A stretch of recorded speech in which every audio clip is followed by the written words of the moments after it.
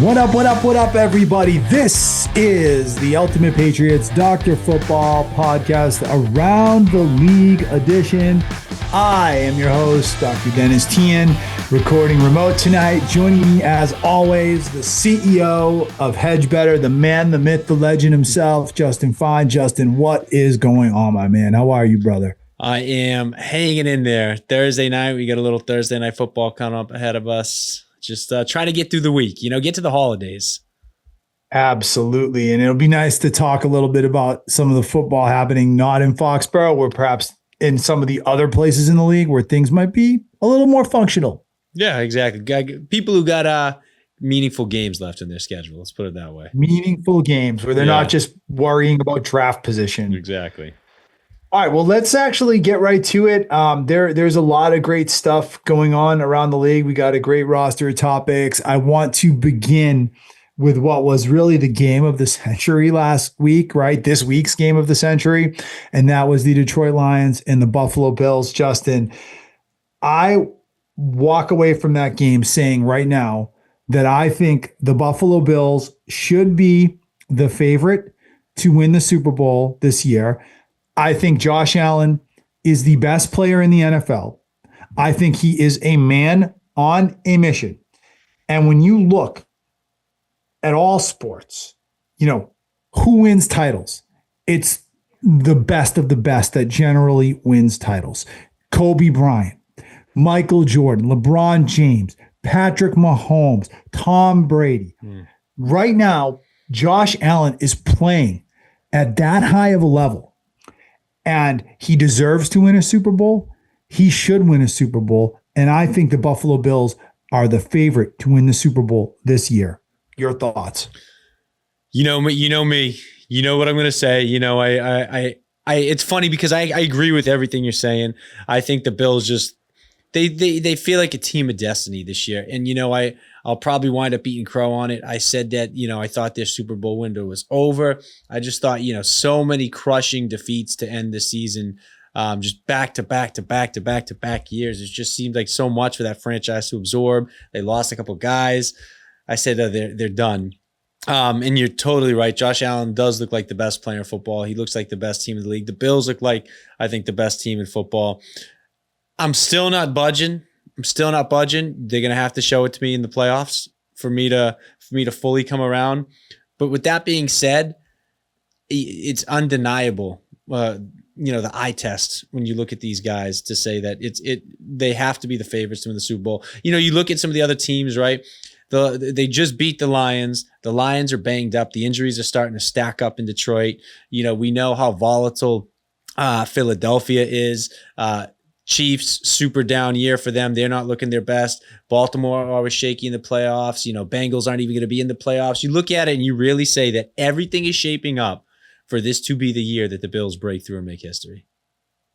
Agreed. And I'll be honest, I'm kind of disappointed the Chiefs haven't lost one of these close games that they've been playing in the last few weeks, if only because I would love to see Buffalo get home field advantage. Me too. I'm tired of the road to the playoffs going through Arrowhead, just like I'm sure people used to say that about the Patriots when they would get home field advantage so many years.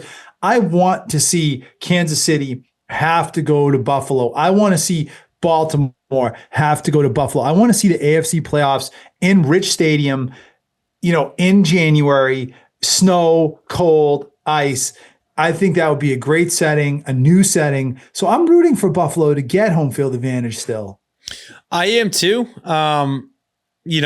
You look at the end of Buffalo's end of year schedule, you look at the Chiefs. I mean, there's still a chance that Buffalo could get that number one seed. I hope they do. I will say, symbolically, I feel like it would be a little bit more meaningful if Buffalo went into Arrowhead and got a victory. But that might be more meaningful. But I think the better theater is to have the road to the Lombardi Trophy go through Buffalo. I think that'd be great. I think the fans deserve it. I think the team deserves it. And we'll see. It's undoubtedly the Chiefs have a tougher end of the year than the Bills do. I have zero doubt that the Bills could win in Arrowhead if they had to, though. I agree. I agree. But I think that's part of like the mountain for for them to climb, right? Is like, I just feel like, look, if this Bills team beats the Chiefs, they win it all. It's not going to matter where they played, but I really just feel like, to have absolutely nobody be able to say anything, right? Go into Arrowhead and dethrone the defending champs. Even if you win, you're going to get some people saying, "Oh, well, it was in Buffalo. I bet if that game was an Arrowhead, it would have been different." And it probably wouldn't have been different. But I would like there just to be no excuses. I think Buffalo's come so far; they've got so much riding on this that I would like there to be absolutely nothing left to be said when it's all said and done. Let's go to the other side of that game, the Detroit Lions. And I want to ask you, we've spoken all year about the Lions as if they're the favorite, as if they're the best team. I mean, they've shown that over a long time. A couple things are happening right now. One is the injuries are starting to mount for the Lions. So I think they've lost several key players. They lost David Montgomery. I think they lost the defensive player and a lineman this week, right? Yeah.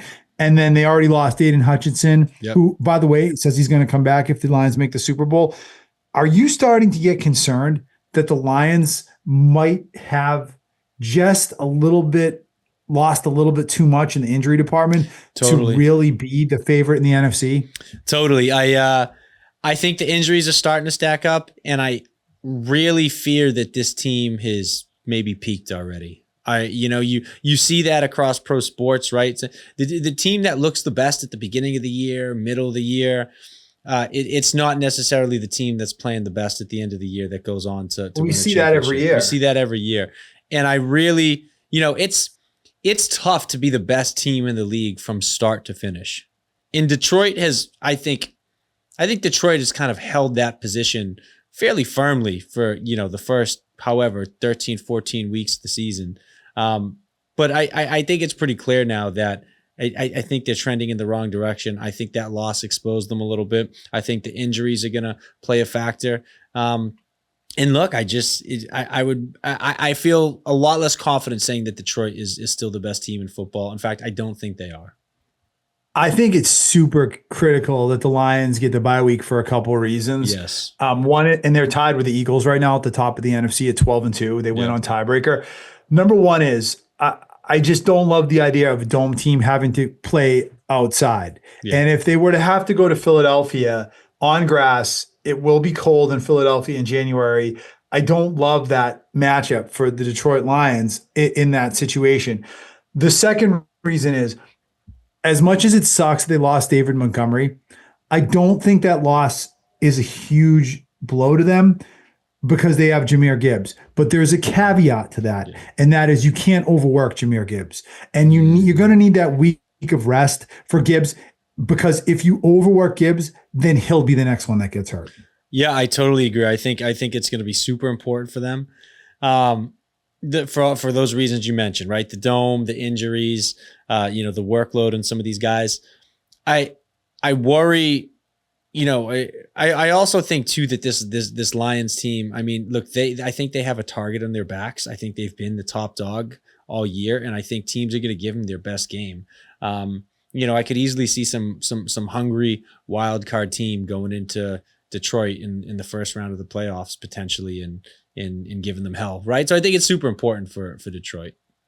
The other thing, Justin, is like I think of the Lions this year, and it makes me think of that. I want to say it was the 2011 Patriots team or 2010 Patriots team that was 14-2. Yep. And remember, they beat the snot out of the Jets in Foxborough on a Monday night in like week 14. And then the Jets came back to Foxborough 4 weeks later and beat them. That was the famous Bart Scott game. Can't wait for it. Remember that? Yeah, exactly. So my point is that division games in the playoffs are really funny. And when you have to play a team and beat a team, say 3 times in a year, I think that is a really difficult proposition. So the Lions are going to have both the Packers and the Vikings, who are both going to be like 12, 12, 13 win teams in this playoff field. If I'm the Lions, I hate the idea of having 2 really strong division opponents in the playoff field with me. Not only that, but let's not jump the gun here. The Vikings are also 12-2, and they play They again. are. And they play again. They play in week 18. Exactly. The Lions could find themselves playing in wild card weekend as a wild card. Like, Yes. so they still, there is still a ton up in the air for them. I mean, they might not even win their own division, let alone get the number 1 seed. You're so right. And we kind of all talk about them all year. Like they're the best team and the best team, and they have been, but they are very much in a dogfight for not only that number 1 seed, but their own division. And I mean, if I remember correctly, that Minnesota Lions game that happened, I want to say it was in October. That was a very close game. I'll pull up the score, I think it came down to the last possession.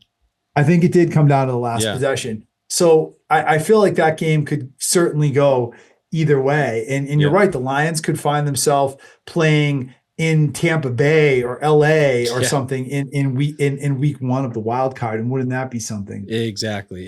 Look, I think, and you know what? I think the Lions have proven that they're a mentally tough team. They're a resilient team, but going from that high to that low right before the playoffs, that's something that could shake a locker room, especially after you've lost some key players.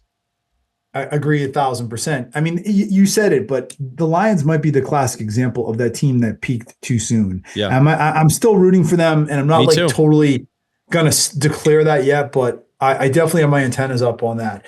All right, let's talk about the number 1 seed in the AFC, Justin, and that is the Kansas City Chiefs.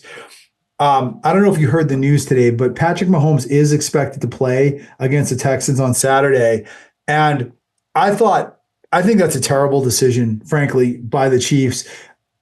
I first of all, I thought it was crazy they played him in this. I mean, they were throwing the ball up by 2 touchdowns with like 5 minutes left in the game against the Browns. Yeah. And I know you want to win the game, but I just think that you have to really be sensible about the situation. I thought that was a mistake.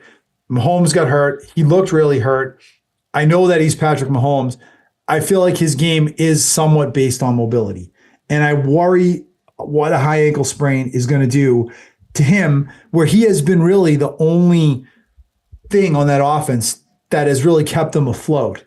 And if you diminish him 10, 15, 20% off that, and that offense has already really been poor, even though they have one of the 3 best players in the NFL as the quarterback, what is that offense going to look like with Patrick Mahomes at 80%? So that's kind of where I'm at too with this team, is that, the Chiefs are clearly having a down year. They're clearly struggling, some of the talent, they've lost a couple guys to injury. Kelsey looks like he's slowing down a little bit, but your hope of winning and your hope of the reason why you're still winning games and your hope of being able to do anything lies within Patrick Mahomes, right? Like if I'm the Chiefs, I'm saying, look, I think us, forget about the number 1 seed.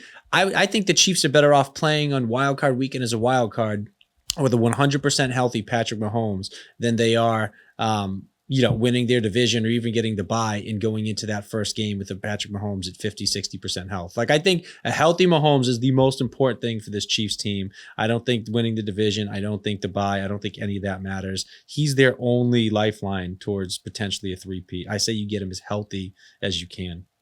I agree. And also, let's not forget how unorthodox their schedule is, playing on a Saturday and then a Wednesday, because they're playing on Christmas Day. Yeah. And I don't think that's ever happened ever in the history of the NFL that a team has played on a Saturday and a Wednesday before. So you're playing Sunday with the injury happening. Yep. You have a short week to a Saturday and then another short week to a Wednesday. This was an opportunity where you bite the bullet.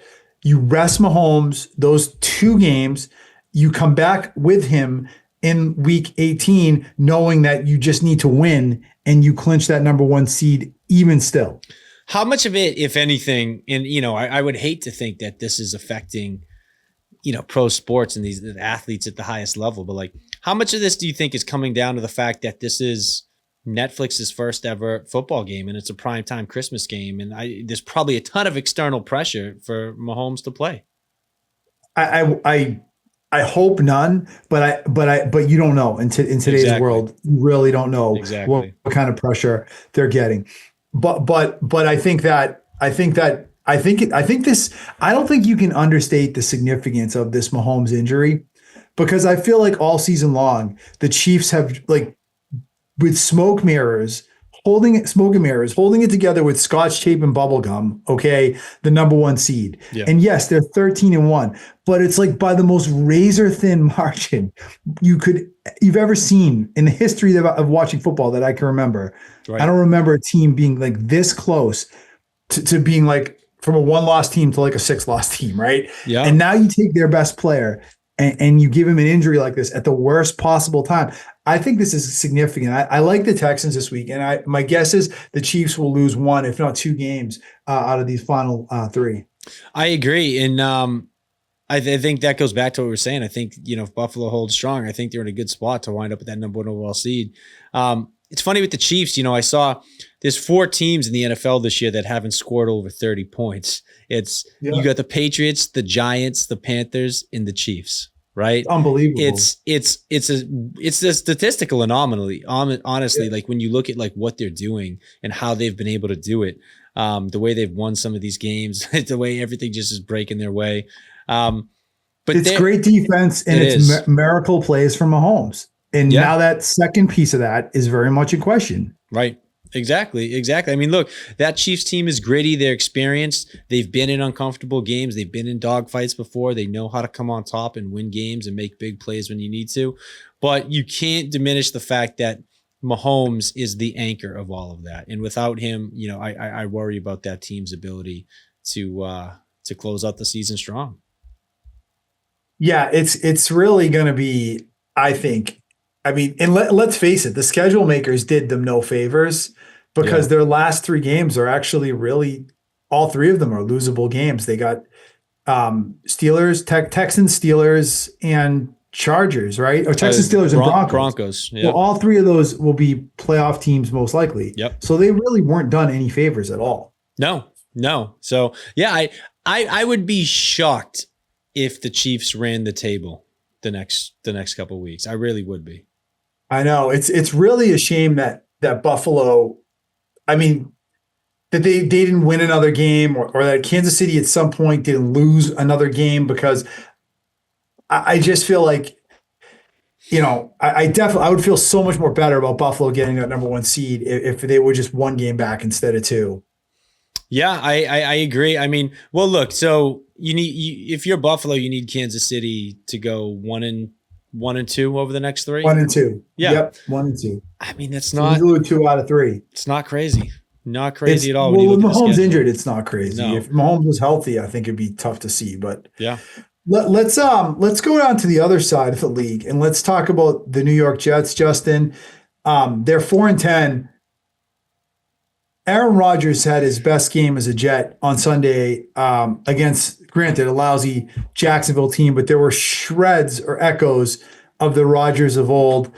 It just made me want to throw out there to you, is there any chance that the Jets will bring Aaron Rodgers back as their quarterback next year, or is this 100% done? I think he's back next year, honestly. I think they draft somebody. And I think they let him sit for a year under Rodgers and they bring Rodgers back. That's what I think. I think he does 1 more year. What is their current draft position? I'll look it up right now. They got to be a top 5. I'd say they're 4 or 5, no, right? They're not. I'm looking at it right now. They are right now, season ends today. Oh my God, they're 8. That win last week against the Jaguars bumped them way back. Really? Yeah. I mean, so that could change because there's a logjam of teams, but right now they're 8. Okay. So you know what? It's a big difference because, there's a couple of quarterbacks everyone's talking about. They're probably going to go. I mean, Shador, Cam Ward. I mean, some of these other guys, I don't even know if Ewers or I think Arch Manning and Ewers are both going back to college for another year. They are. Yep. So, I mean, you get to that 8th pick, there might not be somebody that you're ready to pass the keys off to, I agree 100%. And I think that when you talk about the Jets bringing back Aaron Rodgers, you have to consider the fact that, I mean, they're not going to get a top 3 pick, most likely, unless something really radical happens. And they may not have the best pick of the pick of the bunch at quarterback, and it might end up being that Aaron Rodgers is actually the best fit for them at quarterback. Yeah, for next. Yeah, which would be crazy. It would be crazy. It would be crazy. He looked so cooked to me. He did. But you hit the nail on the head. It was against the freaking Jaguars. I mean, come on, that is, you can't say much. That's an outlier of a game. You'd have to see a little bit more than that against some other teams. The Jaguars are total dumpster fire, but it showed that Devontae Adams can still play. It showed that he can still play, albeit we don't know if it's on a consistent basis, but they still got enough in the tank that they could dial it up in any given week, it looks like. I think too, Justin, on the other side of the ball, I was kind of rooting for Mac Jones to beat Aaron Rodgers. And that's just, I thought it would really have been just like another little bit of salt in the Jets' wounds if lowly Mac Jones somehow was able to outduel the great Aaron Rodgers. Yeah. Like that would have been, I thought to me as a Patriots fan would have been appealing to see. But it was like typical Mac Jones. He actually really played a pretty good game. And then he barfed on his shoes at the most key time. Classic Mac Jones. Is his career over? Will he be he'll be a backup, I think, somewhere next year, right? I mean, is this the last year of his rookie deal, or does he have one more? I think this is it. I don't know, man. What do you get from maybe he has one more because it's a 5 or 4? Well, for a first round pick, I think it's 5, right? So he has one more. Yeah, I mean, I just can't see somebody else giving him a deal. What has he even shown as a backup that somebody would want to bring him in to be an understudy? I mean, I don't know. I think he's treading on thin ice. That's about to break, and I think his career might be done after his rookie contract. I don't know. I agree. I mean, I think that even as a backup, he has limited viability to most NFL franchises because I think what he's showing is that he really doesn't win games. I mean, he needs a ton of support. Fine. It just feels like he has a habit of puking on his shoes when it really counts. And what you're looking for in a backup quarterback is someone that's going to come in and do the opposite of that. And I think that makes him really limited in his ability to be even a backup. The only places that I could see potentially taking a flyer on him for a year or two would be an organization that maybe can make the argument that, look, Mac hasn't looked great in his rookie deal, but he played for the Patriots and the Jaguars, right? Maybe there's an organization out there that says, hey, if we bring you in with the right coaching, the right infrastructure, the right weapons, we think you could be a serviceable backup. We think you're having the Sam Darnold experience, right? Like, you know what I mean? Like you never know. Right. You never really know. But that's the only situation that I could see a team taking a chance on him. Yeah, totally. Something like that. All right, let's talk about the other big story earlier this week, which is something we talked a ton about back in April when the NFL draft happened. And that is the Falcons have finally, at long last, decided to bench Kirk Cousins and put Michael Penix in as the starter. I think there's a couple things behind this move. One is Kirk Cousins has been awful the last 5 weeks. 1 touchdown, 9 picks. Even though the Falcons won this week against the Raiders, that was a win they barely eked out against a really bad team while they were fighting for their season. So that's one factor. I think the second factor is if you're the Falcons, you look across the league and every other rookie quarterback has at least been okay. So what are you doing holding on to your guy if you feel like he's the better guy? So add it all up and it makes that Falcons team light years more interesting, but Michael Penix will be the starter in Atlanta moving forward. Yeah, very interesting. And you know what? That Falcons team, I mean, it's not looking like they're going to get a wild card, but they're still very much alive for the division. So, it's interesting to see a team that with playoff hopes making a move like this at this point in the year, not due to something injury related. I think it's a gutsy move. But Kirk Cousins really backed you into a corner. I think it's been a disappointing season from that team and from him. I think he's like 3 touchdowns and 9 interceptions in his last 6-7 weeks, something crazy like that. I mean, the guy is really he's forcing Atlanta's hands. It's actually 1 touchdown and 9 interceptions in his last 6 weeks. Yeah, even worse. 1 touchdown. So exactly. So he's really giving Atlanta no choice. And it's funny because I know a lot of people, myself included at the time, said what a waste of a high capital draft pick. When you just signed Kirk Cousins, but It's looking like it was a good choice, potentially. I mean, at the time you were against it, and I was very against for it. it. We had a discussion about it at the time, but Yep. I think now, you see why they did it, because Kirk Cousins, and let's face it, Kirk Cousins is, what is he, 35 years old? Yeah. He's coming off a major injury.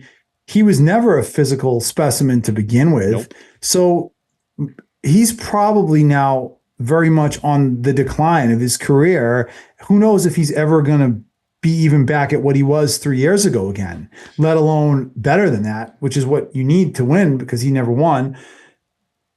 It really does, I think, solidify that the Falcons were justified in taking Penix in the draft. It was. And now obviously the second half of that equation will be, well, how does Michael Penix look when he gets out in the field, right? That's right. The other component that, yet to be seen. But he must look good enough that they feel comfortable making the switch amidst a run at the division. I mean, he's got to at least be showing them enough that they feel confident making that move. Yeah, they're only one game back in the NFC South. So, right. So and they still have a game, I think, coming up in week 17. The Falcons and the Bucks play. Yeah, exactly. So they're still very much alive. Yeah. According to NFL.com, they have a 30% playoff probability. Exactly. So we're not talking about a team that's like 2% or something like that. Right.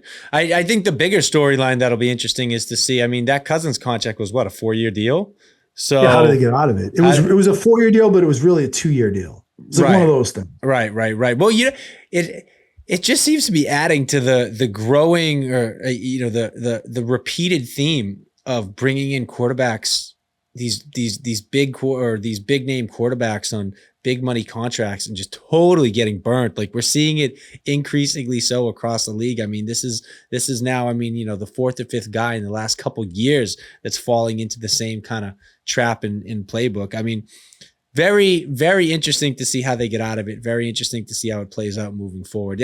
I think a lot of Falcons fans, every Falcons fan was probably hoping that, even though they knew this was a possibility, they were probably hoping it was a couple years down the road.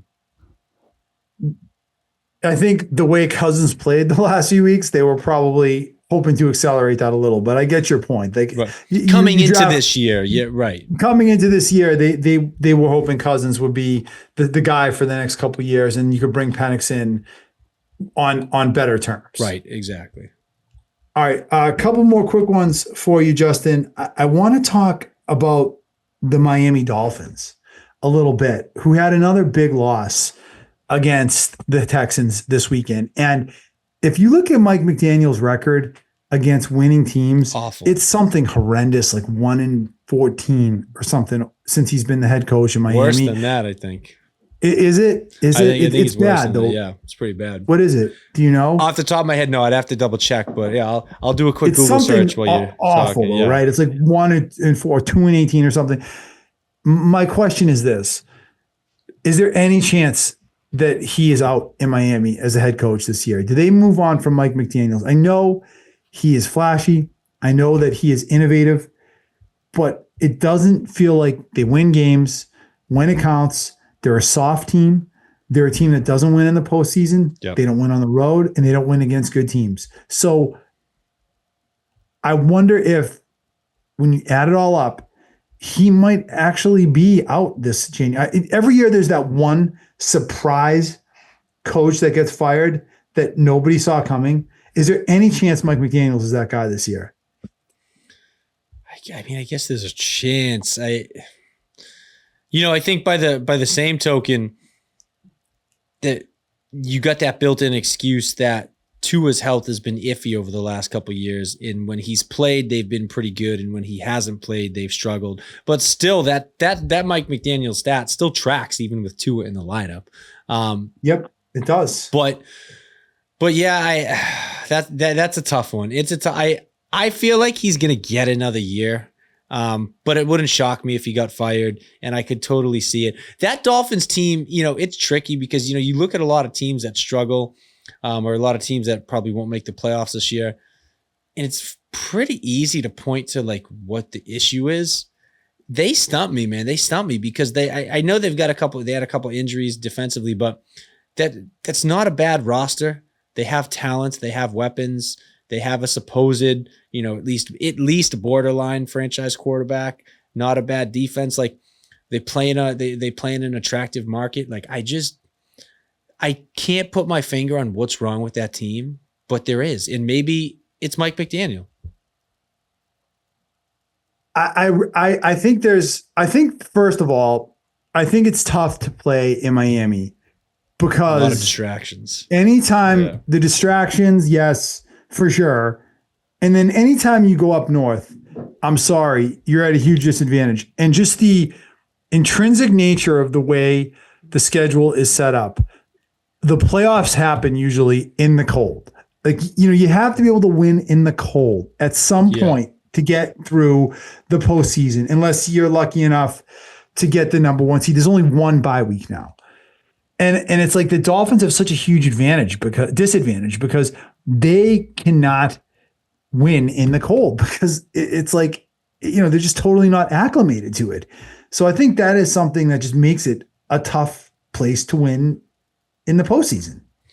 Yeah, I mean, look, there's no arguing the fact that that team is awful in the cold. They do not play well.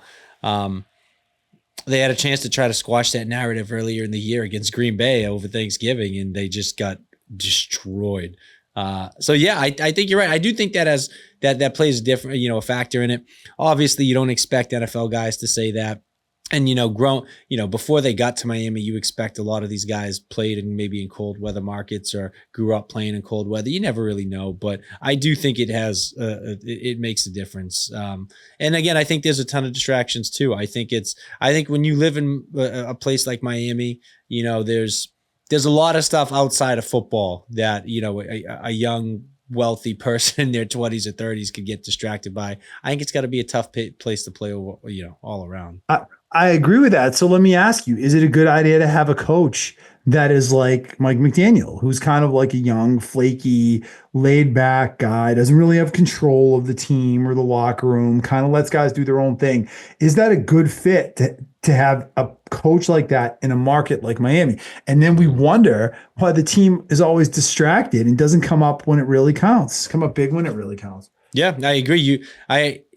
It's kind of counterintuitive to the whole Miami vibe and kind of lifestyle down there, but I think you need a hard-nosed disciplinarian. I think you need somebody down there who's going to keep those guys in check, keep their heads on right, keep them focused on football, have them prepared for big games, have them prepared to go up and play in the cold. It's just really tough to see Mike McDaniel doing all that right now. Agree, Justin, 1,000%. All right, I think that's all I have today. Anything else you want to talk about around the league before we wrap it up? Well, not to bring it back to the Patriots, but I heard the Alex Van Pelt comments. He's talking about the Crafts and how he's got an open door and they can talk to him whenever they want. But real quick, I want to just bring it back to that because did it seem like Alex Van Pelt was taking a little bit of a defensive stance to you? Yes, it did. He was coming out I think swinging back. I'm telling you, I think he's going to walk away after this year. I really think he's going to quit. I think he was pissed off. Yeah, I do too. I got that vibe from him in the press conference that he's not dodging responsibility, but he's a little annoyed that it seems like it's all fallen on him. And I don't know. I think you're right. I watched that press conference. I said to myself, you know what? I totally could see this guy walking away. Justin, let's be honest, right? I mean, his play calling, it's not great, but it's far from the biggest problem with this offense. He's way too conservative in the red zone. He probably runs the ball a little too much. Yeah. Look at what he's been given on this team. He's got a good young quarterback, the worst offensive line in the league, and the worst receivers in the league. So he's in a very difficult position, and he's availed himself adequately, respectably, and yet he's the one being called out by the coach and by the owner. He's the fall guy. I think it's unfair. I mean, I think this organization and this offense have much bigger problems than Alex Van Pelt. Totally agree. But yeah, I just wanted to bring that up because I saw that earlier today and just thought it was interesting. I'll go one more for you. Of all the coaches and everyone on this team, he's probably the one guy that if he came back next year, I'd probably be okay with it. Yep. I don't want Mayo back. I don't want Covington back. I don't know if I want Wolf back anymore. I could live with it if AVP was back. Yeah. Yeah, I agree. And coming into the season, he was probably the guy that we had the biggest doubt and question marks around. So Exactly. He's availed himself the best out of all of them. Yeah. All right. Anything else, my man, before we wrap it up? No, that I think that about does it. All right. We want to wish everyone a wonderful weekend, a wonderful and safe holiday week. And Merry Christmas. Enjoy this. This is always a great weekend. The weekend before Christmas is always a great weekend. It's a great time to celebrate. Stay safe, stay sober. If you're listening, I'm going to say this. Every 0.02, your blood alcohol goes up. Your risk of a fatal MVA doubles. You do not have to be above the legal limit. If you have one drink and your BAC is 0.02, you have twice the chance of being in a fatal car accident than if your BAC is 0. If you're 0.04, you're not legally drunk, you have twice the chance of being in a fatal MVA than a 0.02. So alcohol and driving, never a good idea. Stay safe, stay sober, enjoy yourself, and have a wonderful week, everyone. Okay? Merry Christmas.